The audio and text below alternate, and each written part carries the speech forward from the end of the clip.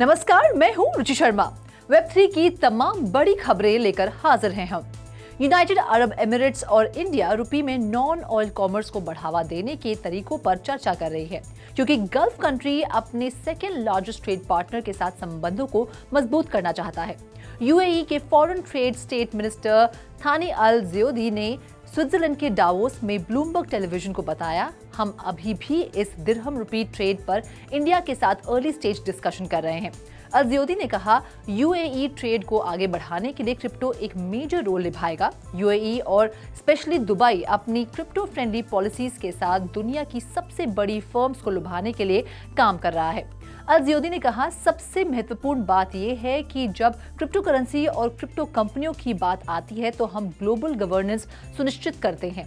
हमने देश में कुछ कंपनियों को इस उद्देश्य से आकर्षित करना शुरू किया है कि हम एक साथ सही गवर्नेंस और लीगल सिस्टम का निर्माण करेंगे, जिसकी जरूरत है।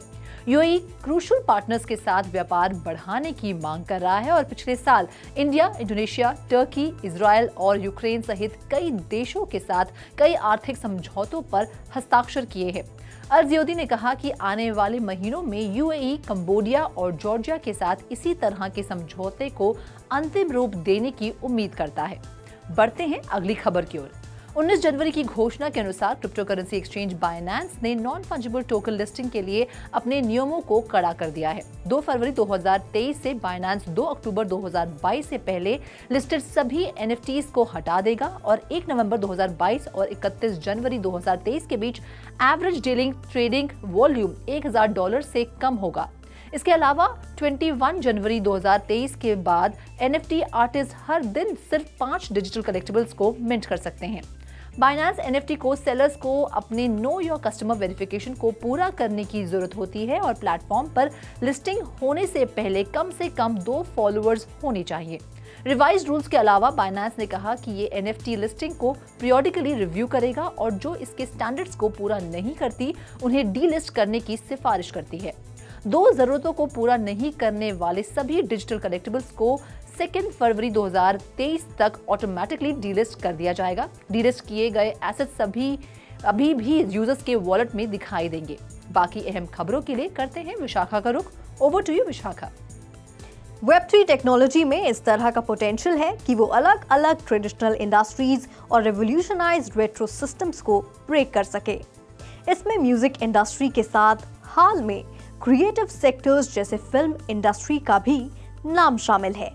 2023 में Sundance film festival, indie film निर्माताओं के लिए ऑस्कर प्रमाणित फिल्म फेस्टिवल एक नई फिल्म फजी हेड का गवाह बनेगा, जैसे ब्लॉकचेन संचालित फंडिंग प्लेटफॉर्म Untold.io से फंडिंग मिली है। Untold.io के सीईओ अली अक्सू ने ट्रस्टेड मीडिया सोर्सेज को बताया कि फजी हेड जैसे फिल्म निर्माता फंडिंग प्रक्रियाओं को कन्वे करने के लिए ब्लॉकचेन उनकी तकनीक का इस्तेमाल कर रहे हैं और इसका श्रेय निवेशकों और गैर विशेषता वाले निवेशकों के लिए इन्वेस्टमेंट के अवसरों को खोल सकता है। ये पहली बार नहीं है जब किसी फिल्म फेस्टिवल में फिल्मों में क्रिप्टो और ब्लॉकचेन पार्ट्स को दिखाया जा रहा है। 4 साल पहले फिल्मियो ब्लॉकचेन प्लेटफॉर्म ने अपने ब्लॉकचेन आधारित मनोरंजन प्लेटफॉर्म के लिए प्रोजेक्ट देखने के लिए लेगेसी सनडांस फिल्म फेस्टिवल का विजिट किया। अब बढ़ते हैं अगली खबर की ओर। जाने माने एंटरप्रेन्योर और कृष्ण के फाउंडर श्याम नारायण ने अपने पॉपुलर बूटस्ट्रैप स्टार्टअप कृष्ण के नाम से दुनिया के पहले metaverse venture philanthropy decentralised autonomous organisation के लॉन्च की घोषणा की है। इस महत्वपूर्ण पहल का एम एजुकेशन, हेल्थ केयर और एम्प्लॉयमेंट तक पहुंच सहित अंडर प्रिविलेज्ड कम्युनिटीज के सामने आने वाली कुछ सबसे महत्वपूर्ण और अनदेखी समस्याओं का समाधान करना है। वेंचर फिलैंथ्रोपी एक मॉडल है जिसमें फिलैंथ्रोपिक ऑर्गेनाइजेशंस सोशल प्रॉब्लम्स को हल करने के लिए एक बिजनेस समान दृष्टिकोण अपनाते हैं। इसमें सबसे इफेक्टिव सॉल्यूशंस की पहचान करने और उनमें इन्वेस्ट करने के साथ साथ उन सॉल्यूशंस की ग्रोथ और स्केलेबिलिटी का समर्थन करने के लिए डेटा और एनालिटिक्स का इस्तेमाल करना शामिल है। मेटावर्स वेंचर फिलैंथ्रोपी डाओ एक डिसेंट्रलाइज्ड प्लेटफॉर्म है जो ब्लॉकचेन टेक्नोलॉजी की पावर का लाभ उठाता है और मेटावर्स सोशल और एनवायरमेंटल चैलेंजेस का सामना करने वाले प्रोजेक्ट्स को सीधे फंड और सपोर्ट करने में सक्षम बनाता है।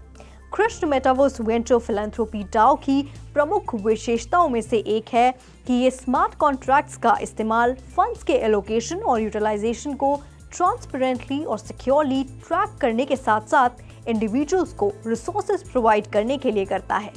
Over to you Sandeep. 21 जनवरी को Indian premier league franchise royal challengers Bangalore के आधिकारिक ट्विटर अकाउंट को हैक कर लिया गया था, जिसके हैंडल का नाम बदलकर बोर्ड एप यॉट क्लब कर दिया गया था और नॉन फंजिबल टोकन से संबंधित ट्वीट की एक सीरीज पोस्ट किए जा रहे हैं। आरसीबी द्वारा अभी तक अकाउंट पर नियंत्रण हासिल नहीं किया गया है, हालांकि अनवांटेड कंटेंट को हटा दिया गया है। अकाउंट को 21 तारीख के सुबह 4 बजे के करीब हैक कर लिया गया था। हालांकि ये पहली बार नहीं है जब फ्रेंचाइजी के साथ इस तरह की हरकत हुई है। पिछले साल सितंबर में हैक होने पर आरसीबी ने दूसरी बार हैकर्स का निशाना बनने के बाद अपने ऑफिशियल इंस्टाग्राम अकाउंट पर जानकारी दी कि किए गए ट्वीट और रीट्वीट से उनका कोई लेना देना नहीं है। साथ ही अकाउंट पर कंट्रोल वापस पाने के लिए वे ट्विटर के साथ काम कर रहे हैं।